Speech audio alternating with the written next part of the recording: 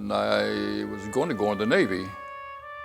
I get down to Louisville, and the indoctrination and all the take oath of allegiance and so forth, and they wanted 6 volunteers to go in the Marine Corps. I held up my hand. They wanted 6 volunteers, and I was one of the volunteers to go in the Marine Corps. Patriotism, I guess, was the main thing, really. After listening to all the news and videos and so forth, and movies, so I said, no, I got to go do my part too. I thought I was going to get killed, really. They said 1 out of 4 would be dead. At that time, you learned to hate the Japanese. But I didn't really hate the Japanese. I didn't even know the Japanese. I just knew that they were the enemy. I knew what I had to do. I was told to do this and told to do that, and regimented, and when they tell you you're going to have to take a hill, blast the hell out of it, you're going to get shot, you may be killed, you do what you're told. And then we were there for about 3 months, and that's when the war ended. I said, I'm going to go home. No. Our division was sent to China. We had to go guard the Japanese against the communists because they were killing the Japanese troops even though they had surrendered. What was it like having to guard the Japanese whenever you were just fighting them? Difficult. But they were so humble, they knew the war was over also. We didn't like them, of course, because 2 months earlier we were killing them, or they were trying to kill us. Now we're guarding them, so it was a difficult feeling. What was it like getting the Purple Heart? Did you get to meet? Oh, I didn't know I was going to get one. I knew I'd been hit and all that good stuff, but they don't tell you what you're going to do. They just regiment you to a theater in Guam, which is an amphitheater, and they call your name up and say, that's me. And I got a Purple Heart, so. Congratulations. Well, yeah, thank you.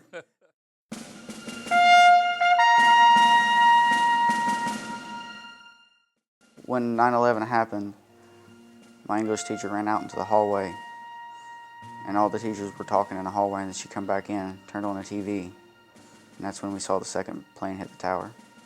And you knew that? I knew then that it was about to get real.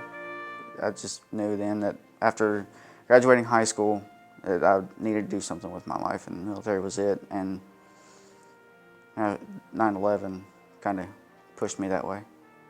If I could do it all over again, I would. Basic training is the hardest 10 weeks of your life up to the time you join, but it was fun.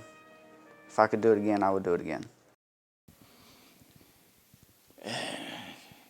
I'm one of the few guys that's still alive. Over half of them died, and some of them were a lot younger than me. I got scars on most of my body. I keep getting flashbacks. I can't tell you for certain about anything. Well, you just got to remember, you have an obligation for your country.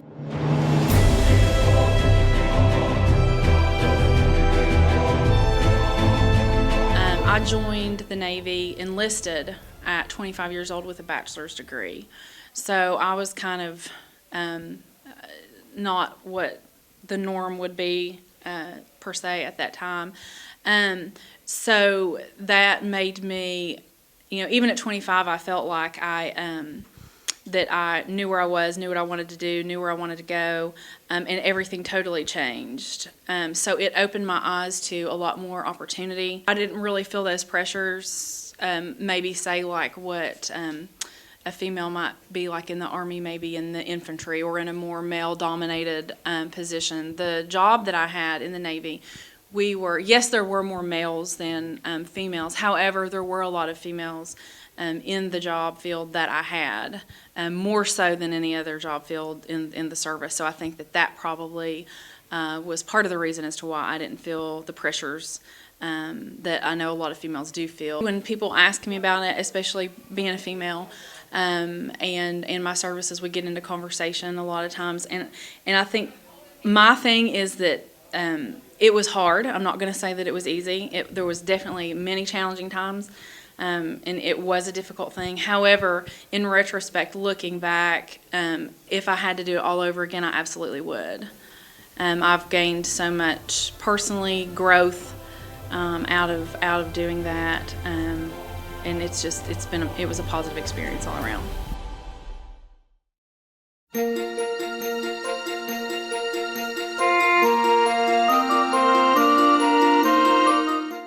I always had an interest in the military from the time I was young. I always just felt a sense of patriotism and kind of a sense of duty, and the Army was just the best fit for me. So their faces and names and things that I'll never forget as long as I live. You know, when you work closely with people under, you know, those types of conditions, it's you tend not to forget them.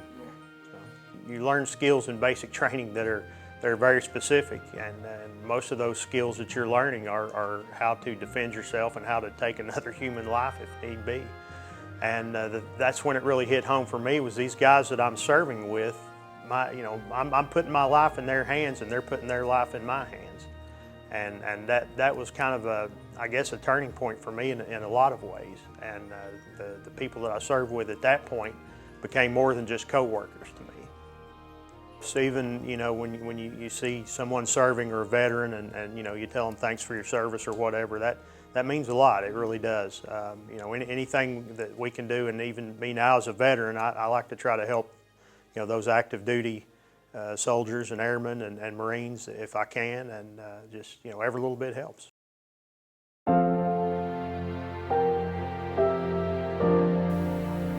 And here's something happened to me at Okinawa.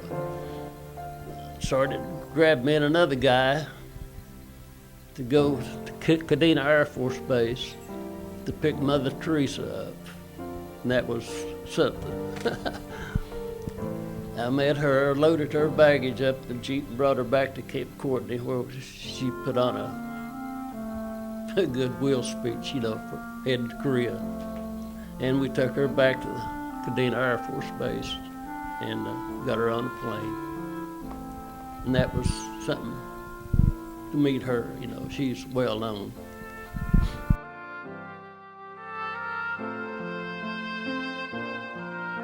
I got a friend of mine that I went to this group called Singers Group called, and I asked the people at his church, I said, how did he lose his leg?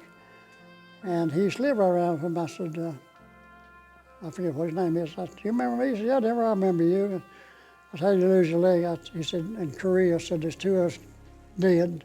I looked down, my leg was off. He goes down Central Park, it's a mile around that park, and walks every day on one leg, right? You have to admire somebody like that. I mean, another friend of mine, it's on the West Virginia, Pearl Harbor's bombed, and me and them used to get together at McDonald's at Catonsburg and talk all the time. But he don't get around much anymore. I mean, he's getting kind of feeble. Me and a friend of mine, we was going to join the Army, and he joined the Army and I joined the Navy. I didn't know it. We played marbles together. But he didn't make it back. And I did. You know, it's hard to give up friends.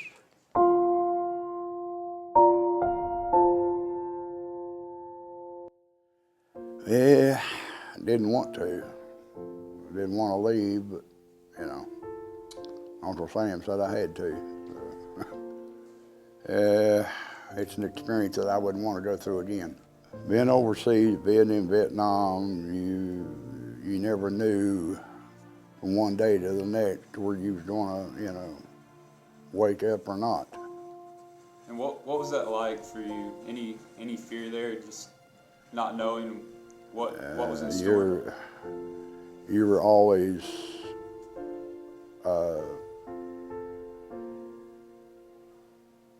there was fear there all the time. I did a lot of drinking when I was over there. You know, when I came back from Vietnam, I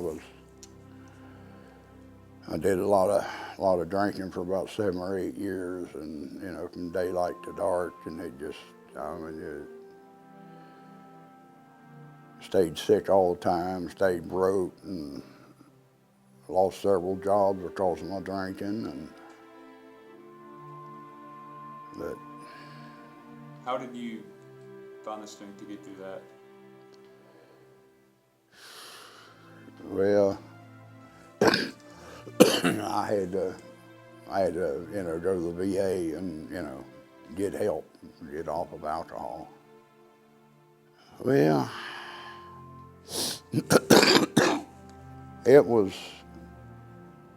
you know, it was okay. It was, I mean, you know, if I was able, I'd probably, you know, join the service again, but as far as being in a war, no, I would not. Well, being in Vietnam is unreal. You know, it was different for every one of us.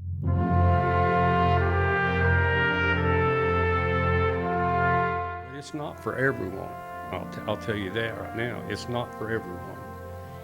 But I didn't have no trouble with it. But some people, some guys did, and some women did. Being in the Air Force is not like the boys in the Marines and in the Army. You know, we were more safe, to say, other than the rocket attacks that we got. And but they would come at any time, and I could deal with that versus being out in the field with like those guys did. I slept under a roof every night. They didn't. Those boys didn't. They were slept under the stars most of the time. It was great to come home. It was. After 12 and a half months away from your family, especially my mom, which was tough, because I know she went through a lot. It was just hard on her. Even though it was tough on her, well, here's what I didn't do. I had to go to jungle training before going to Vietnam at Eglin Air Force Base. We was down there for almost 3 weeks. Well, we got to it, our training, and it's Labor Day weekend's coming up, and they say, well, anybody wants to go home, you can go home, be back Sunday night by 10 o'clock on the Sunday before Labor Day. Well, I had the money to come home, to fly back home here from Florida, but I wouldn't do it. I couldn't leave her twice. You know, it was tough the first time. Well, if I come home the second time, it would have been even worse. So I just stayed in Florida, and the ones of us who stayed, they gave us a bus. We went to Panama City Beach. You know, we just did things like that to kill time till they landed there and picked us up and took us to Vietnam. A lot of people on the Vietnam on the wall in D.C. Everybody thinks it's only men's names on that wall, and that's wrong. There's 8 women on the wall. They were all nurses, and they put up with the same thing that I did. And some of them were killed just like the Marines and the Army, rocket attacks on field hospitals. And those 8 ladies, I didn't know it for the longest while, okay? And I have when I go to the wall, I look for their names too, because they are just as important as anybody else. And they're often forgotten on that wall.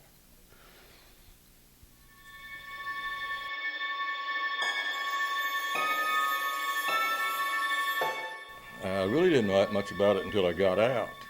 And then my perspective of the Vietnam War was, I had a negative, I saw what was going on, in my opinion, and talking to people that had been there and friends that I was stationed with. And I think it was a disaster. Pro-military with what we were doing. I believed in our cause at that time. I can remember when I was TDY in England, we never got a lot of respect. There was a lot of the people that called the band of bombers were there that time, and it was a peace signal that we use now. You know, they'd paint on the roads, and we took it as, you know, the band of bomb, and you know, it was bad and all this stuff, you know. And now I look back, you know, and I pretty much to this day believe we should ban the bomb. But at that time, I was into what I had taken the oath to do, and I did the best I could. I never really had any opinions about it until after I was discharged, and then I had time to reflect and be outside the circle, you know, looking in, and I could see some things that I didn't agree with at that time. But as long as I was serving, I was patriotic, and I still am. I mean, I love our country, and we make mistakes, and hopefully, you know, we learn by them.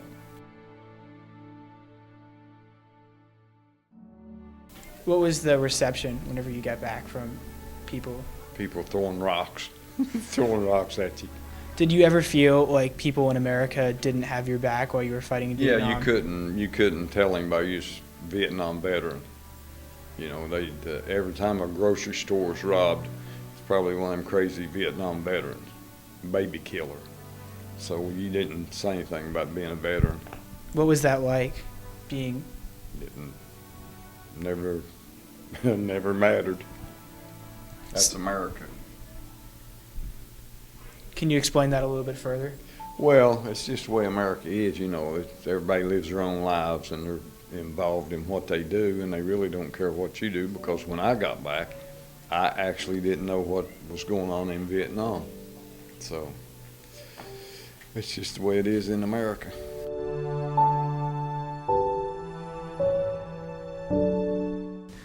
It was a great experience.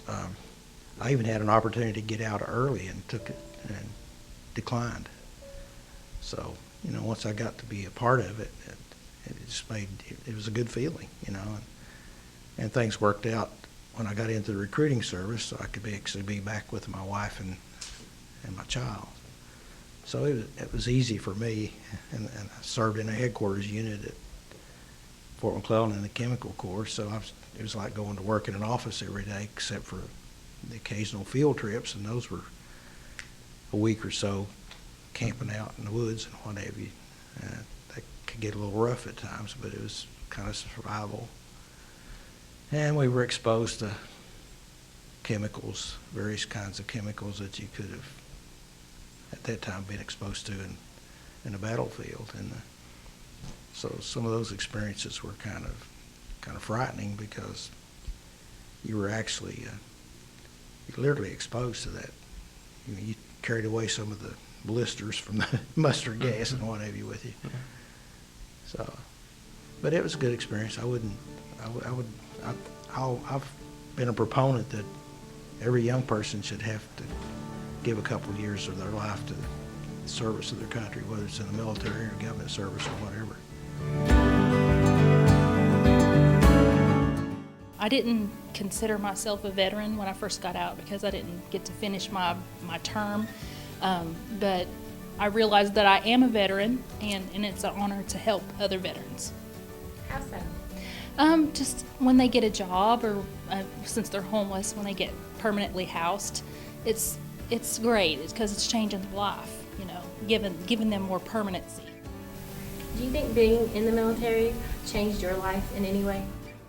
It did, because I think it makes my children proud that their mom wore combat boots.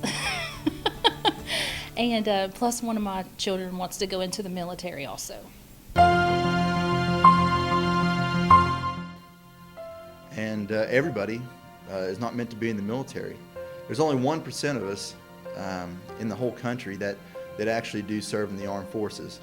But the most important thing, and this is sort of like the National Guard, this is something that's very unique to us, is just the community service. And I would encourage everybody to give back. Give back to our children who are in schools. Give back to the homeless. Give back to our people who served, our veterans. That is the most important message that I can give to anybody, is you may not be serving our country in the military, but you can serve your community. You can serve your state. You can serve your country in more ways than just putting on the uniform. So that's why we always make a point to go out and serve. Even when we're not in uniform, we volunteer. And there's something that everybody can do. Everybody can give back and make someone else's life better.